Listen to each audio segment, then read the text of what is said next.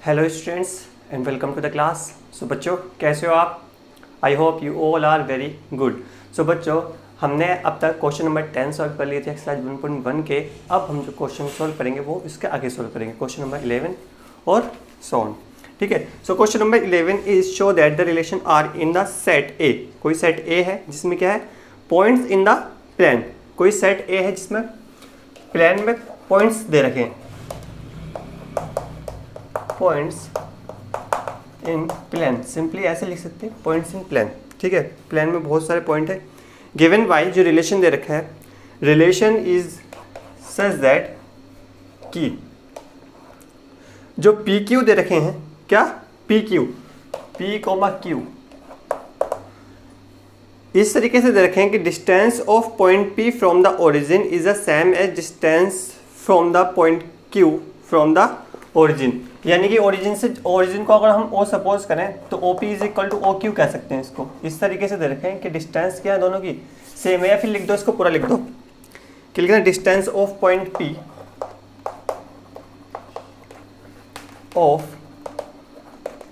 P from origin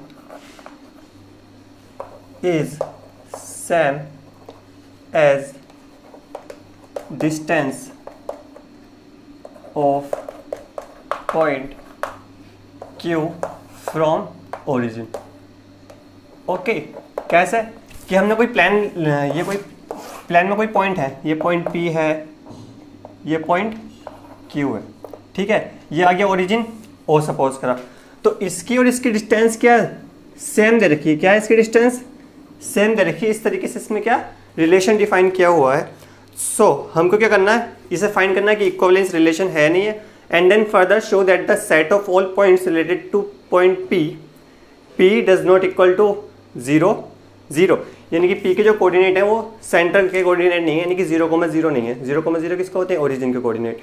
is the circle passing through P with origin as centre. Origin क्या है, as centre है। Okay, सो पहले तो हमें इसे क्या फाइंड करना कि इट इज इक्विवेलेंस और not. So firstly we have to check it is reflexive और नॉट।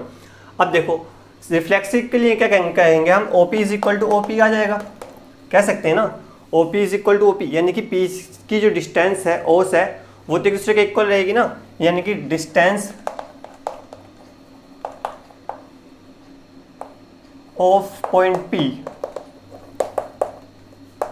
फ्रॉम ओरिजिन, ओरिजिन क्या रहेगी, ये इज सेम। क्या रहेंगी दोनों की डिस्टेंस सेम रहेंगी। Distance of point P from origin is same, दोनों की डिस्टेंस सेम रहेंगी। यानी कि आप कह सकते हैं कि R इज रिफ्लेक्सिव। R कैसा होगा, रिफ्लेक्सिव हो। ओके, नाउ बी पार्ट की बात करें हम, तो हमने OP एंड डिस्टेंस ऑफ, आप ऐसे लिखो, सिंपली समझ लेंगे। OP की डिस्टेंस आएगी वो किसके इक्वल है, OQ की इक्वल दे रखी है। यानी कि कह सकते हैं कि PQ बिलोंग्स टू R। अब जब PQ बिलोंग कर रहा है R को, सो हम कह सकते हैं कि जो OP की डिस्टेंस है OQ के इक्वल है, तो हम कह सकते हैं कि OQ is equal to OP, यानी कि QP बिलोंग्स टू R। यानी कि R कैसा हो जाएगा, सिमेट्रिक हो जाएगा। R कैसा हो जाएगा स्टूडेंट्स, सिमेट्रिक। अब now we are talking about transitivity. So transitive के लिए हमने लेट सपोज क्या कि OP is equal to OQ, यानी कि P, Q belongs to R। And हमने ये सपोज किया कि OQ की डिस्टेंस जो है, एक पॉइंट और ले लिया यहाँ पे, क्या PQ R पॉइंट ले लिया हमने, ठीक है ना, जिसकी डिस्टेंस किसके इक्वल है, OQ के इक्वल है। यानी कि distance from centre to Q and distance from origin to R दोनों सेम ही है, OR। यानी कि Q, R belongs to R को बिलोंग कर रहे हैं। सो अगर ये दोनों एक दूसरे के इक्वल हैं तो यानी कि OP इज इक्वल टू क्या आ जाएगा, hence we can say that कि OP is equal to OR means P, R belongs to R, relation को बिलोंग कर रहे हैं। यानी कि R इज ट्रांजिटिव। जो इक्विवेलेंस, ये क्या आ गया हमारा, इक्विवेलेंस रिलेशन, यानी कि R is an equivalence relation. अब हमसे आगे बात कर रहा है क्वेश्चन में कि further show that the set of all point related to the point P जो P से related है is the circle passing through point P with origin as center। अब देखो ये P जो P के तरीके से इसमें क्या और एलिमेंट और पॉइंट देखो P की तरह पॉइंट Q है, R है, ऐसे बहुत सारे पॉइंट होंगे। ये सब मिलके क्या बनाएंगे मिलके P Q R S and T U V है ना। इस तरीके से क्या फॉर्म कर रहे हैं, एक सर्किल फॉर्म कर रहे हैं। यही बताना था कि ये सर्किल फॉर्म कर रहे हैं और जो इसकी डिस्टेंस है यानी कि रेडियस क्या हो जाएगी OP is equal to let's suppose कि हमने K जो क्या आ जाएगी हमारी रेडियस इज इक्वल टू क्या आ जाएगी K कोई रेडियस है यानी कि कांस्टेंट वैल्यू है ये K, ठीक है। और जो हमारे पॉइंट हैं वो क्या है P Q R S। इस तरीके से बहुत से इनफाइनाइट नंबर ऑफ पॉइंट्स हो सकते हैं, सबको लिखना तो जरूरी है नहीं। यानी कि डिस्टेंस जो होगी उनकी क्या होगी सेम होगी, यानी कि इसको सपोज कर लिया हमने K, यानी कि लिख सकते हैं कि the set of all points is forming a circle. ये क्या कर रहा है एक फॉर्म अ सर्किल फॉर्म कर रहे हैं, ठीक है ना। एंड पॉइंट जो है P वो किससे पास नहीं हो रहा है 0,0 से पास तो हो नहीं रहा है क्योंकि form a circle centre as a origin क्या है इसका सेंटर, इसके कोऑर्डिनेट क्या होंगे 0,0 जिसको हमने O से डिनोट कर रखा है यहाँ पर। सो दैट्स हमें यही क्या करना था प्रूफ करना था through P origin as a centre. Origin क्या सेंटर एज ओरिजिन या origin as a centre. Okay, I hope ये आपको क्लियर होगा। नेक्स्ट क्वेश्चन करते हैं, question number 12। So students let's solve question number 12। Question number 12 is show that the relation are defined in a set A. Set A दे रखा है, हम लिख लेते हैं पहले क्या सेट ए। सेट ए में क्या है ऑल ट्राइंगल्स सारे ट्राइंगल्स है। एज किस तरीके से कोई रिलेशन डिफाइंड है कि T1, T2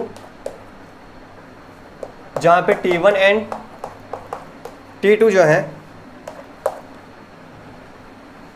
T2 is similar to T2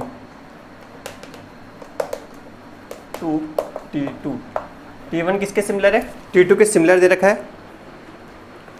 is equivalence relation हमें प्रूव करना है, equivalence relation. And then consider 3 right angle triangle T1 which side 3, 4, 5, T2 दे रखा है 5, 12, 13 साइड्स है। T3 की साइड दे रखी है 6 से 10। विच triangle among T1, T2, T3 are related. हमें देखना है कि कौन सा रिलेटेड है और कौन सा नहीं है। सो इसको सोल्व करते हैं। सो पहले तो हमें इक्विवेलेंस रिलेशन शो करना है, तो उसके लिए पहले हमें चेक करते हैं रिफ्लेक्सिव है या नहीं है। अब देखो T1 is similar to T2 है, तो T1 इज सिमिलर टू किसके T1 के सिमिलर होगा नहीं होगा, यानी कि T1 बिलोंग्स टू R, यानी कि कह सकते हैं R इज रिफ्लेक्सिव। समझ गए ना। अरे खुद के तो सिमिलर होगा ही ना, कोई भी ट्राइंगल हम लेंगे तो खुद के तो सिमिलर होगा। ट्राइंगल कैसा भी हो सकता है, ठीक है। अब नाउ लेट्स हमने सपोज किया कि T1 is similar to T2। T1 किसके सिमिलर है T2 के, यानी कि कह सकते हैं कि T1, T2 belongs to R, ठीक है। अगर T1 T2 के सिमिलर है, जस्ट सपोज करा कि ये T1 और ये T2 है, ठीक है। T1 किसके सिमिलर दिखा रहा है T2 के। अगर T1 सिमिलर है T2 के तो T2 is also similar to T1। किसके सिमिलर होगा T1 के सिमिलर होगा, यानी कि कह सकते हैं हम T2, T1 belongs to R। और ये कंडीशन किसकी होती है, यानी कि R इज सिमेट्रिक। R कैसा होगा सिमेट्रिक होगा। ओके, अब now let's talk about transitive और not. So T1 is similar to T2। T1 किसके सिमिलर है T2 की, यानी कि T1, T2 belongs to R। And हमने सपोज किया कि T2 इज सिमिलर टू एक ट्राइंगल और लिया, वो किसके सिमिलर था, ये इसके सिमिलर है, ठीक है। सिमिलर में क्या होता है, जो साइड्स होती हैं एक दूसरे क्या होती हैं प्रोपोर्शनल होती हैं। Okay, T2 is similar to T3। जब T1 T2 के सिमिलर है, T2 T3 के सिमिलर है, तो we can say that T1 is similar to T3, यानी कि T1, T3 belongs to R और that is the condition for T R is transitive. R कैसा हो गया? ट्रांजिटिव हो गया, और जब ट्रांजिटिव होता है तो R is an equivalence relation. R कैसा रिलेशन हो गया? इक्विवेलेंस रिलेशन हो गया. ओके स्टूडेंट्स, अब नाउ हमसे कह रहा है कि T1 की जो साइड दे रखी है, T1 की जो साइड दे रखी है 3, 4, 5 दे रखी है. T2 की जो साइड दे रखी है हमें दे रखी है, T2 की साइड्स हैं 5, 12, 13 और T3 की जो साइड दे रखी है वो क्या दे रखी है हमें 6, 8, 10. हमसे पूछ रहा है कि कौन कौन से ट्राइंगल सिमिलर है. अब सिमिलर के लिए हमने क्या करा, एक दूसरे की साइड क्या होती हैं, इसके करस्पॉन्डिंग प्रोपोर्शनल होती हैं. सो 3/5 is equal to 4/12 is equal to 5/13. हो रहा है नहीं हो रहा है? नहीं, एक दूसरे की क्या नहीं हो रही है, इक्वल नहीं हो रही है. अब T1/3 फाइंड करा हमने, क्या आया 3/6 is equal to 4/8 is equal to 5/10. क्या आएगा ये 1/2, क्योंकि 3 1 3, 3 2 6, 4 1 4, 4 2 8, 5 1 5, 5 2 10. यानी कि T1 is similar to T3 sorry, T1 किसके सिमिलर है? T3 के. यानी कि T1 is related to, sorry इसको लिख सकते T1 is related to T3. यही हमसे पूछा था ना कि कौन कौन से रिलेटेड हैं, यानी कि which triangle among us related. So we can say that T1 and T3 are related. I hope all is clear to you. Okay, let's अब इसका आगे हम सोल्व करते हैं question number 13. Friends, question number 13 is show that the relation are defined in a set A. Set A दे रखा है, set A is equal to all polygons. क्या दे रखे हैं इसमें? पॉलीगन्स दे रखे हैं, ठीक है, जिनकी साइड कितनी भी हो सकती हैं, ठीक है. एंड रिलेशन है, रिलेशन डिफाइन कर रखा है कि R is equal to P1, P2. P1 first polygon, P2 second polygon. किस तरीके से कि P1 and P2 have same number of sides. Number of sides क्या है इनकी? Same sides. सो पहले हमें प्रूव करना है कि it is an equivalence relation. हाँ, and what is the set of all element in A related to right angle triangle T with side 3, 4 and 5. यानी कि किस किस से रिलेटेड है, ठीक है. अब नाउ पहले इक्विवेलेंस रिलेशन की बात हो रही है, तो all polygons P1 and P2 have same number of sides. Same number of sides की बात दे रखी है यहाँ पे. तो अगर P1 and P2 same number of side दे रखी है तो P1 एंड P1, अगर P1 एंड P1 क्या होंगी, दोनों तो ये तो सिमिलर वो है पॉलीगन, तो कह सकते हैं एक ही पॉलीगन की बात हो रही है ना. Have same number of sides. कैसे है? सेम नंबर ऑफ साइड्स हैं. Okay, so we can say that R is reflexive. R कैसा होगा? रिफ्लेक्सिव. क्यों होगा? क्योंकि P1, P1 belongs to R को बिलोंग करेगा. And now let's talk about it is symmetric और नॉट. सो सिमेट्रिक के लिए स्टूडेंट्स P1 एंड P2 अगर have same number of sides, same number of sides, P1 and P2 की क्या है? Same number of sides है. सो यानी कि P1 and P2 belongs to R. अगर P1 की P2 के रेस्पेक्ट में सेम नंबर ऑफ साइड्स हैं, यानी कि P1 की 4 साइड हैं और P2 की भी क्या है? 4 साइड्स हैं. सो P2 की P1 के रेस्पेक्ट में क्या होंगी? सेम नंबर ऑफ साइड्स, यानी कि P2 and P1 also have same number of sides. कैसी साइड होंगी? सेम नंबर ऑफ साइड्स होंगी. यानी कि कह सकते हैं कि P2, P1 belongs to R and R is symmetric. R students कैसा होगा? सिमेट्रिक होगा. एंड नाउ अब हम देखते हैं इट इज ट्रांजिटिव और नॉट. सो ट्रांजिटिव के लिए अगर P1 एंड P2 हैव, यानी कि कह सकते अगर P1, P2 belongs to R and P2, P3 belongs to R, यानी कि हमने एक 3 एलिमेंट लिया, P3 लिया, जो किसके? P2 के सेम नंबर ऑफ साइड्स हैं. So we can say that hence, so क्या होगा? P1 एंड P3 भी क्या होंगे?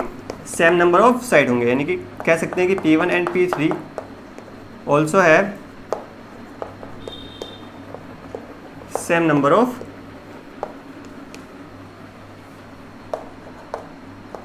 साइड्स कैसे होंगे, सेम नंबर ऑफ साइड है। और P1 और P2 के बीच, P2 जो है वो सेम नंबर ऑफ साइड्स हैं पॉलीगन्स में, एंड P2 और P3 पॉलीगन्स में सेम नंबर ऑफ साइड है। तो we can say that P1 and P3 में क्या होंगी, सेम नंबर ऑफ साइड्स होंगी। और R जो हो जाएगा वो कैसा हो जाएगा, ट्रांजिटिव।